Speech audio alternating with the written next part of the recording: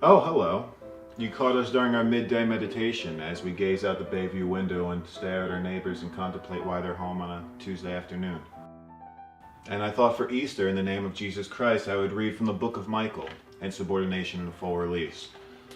On page 18, Psalm 2. Sometimes I feel like the only thing that resurrects on Easter is a priest's robe when he gets a throbbing hard-on from a tantalizing prepubescent altar boy.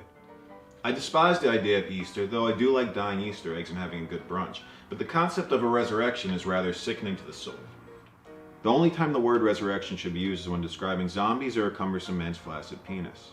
The day makes no sense. In fact, the day that's celebrated upon fluctuates like a promiscuous girl's period and is the only loose thing about the Christian religion, besides an old flatulent nun's pussy. In the olden days, it was called the White Week, which probably wouldn't fly right now due to political correctness, racism, and the fact that all 52 weeks that make up a year in America are also called the White Week. And yes, there are 52 weeks in a year, just in case you're like myself and lack simple math skills and had to use a search engine to find that fun fact.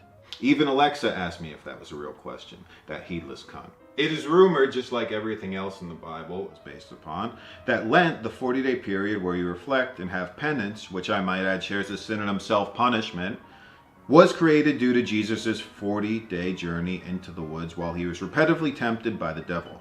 What the devil tempted him with?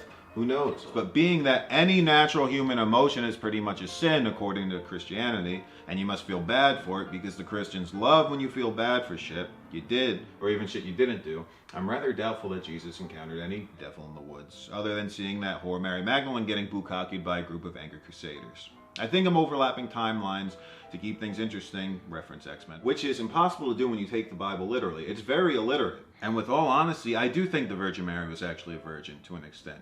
I have a theory that I've developed over the years.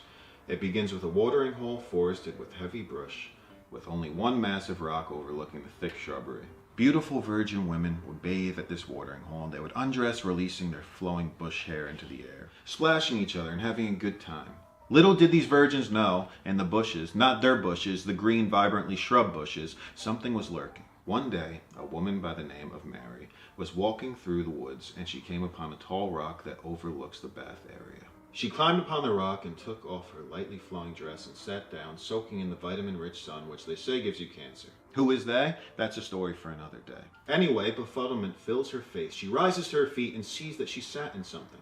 A pile of white sticky goo. Oh my. That was the day the rock earned the name Bukkake Rock, and that was also the day when the Blessed Virgin Mary was immaculately conceptualized, stripping her of her virginity and drowning her in the camaraderie of the horny Christian men that beat their dick overlooking the watering hole at Bukkake Rock. Who's your daddy, Jesus? The end. Or is it? Have a happy Easter, and if you still have ashes on your forehead from Ash Wednesday, then you're a stupid fuck.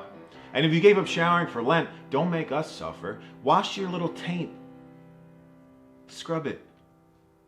Scrub it well. Wash your pits. Happy Easter.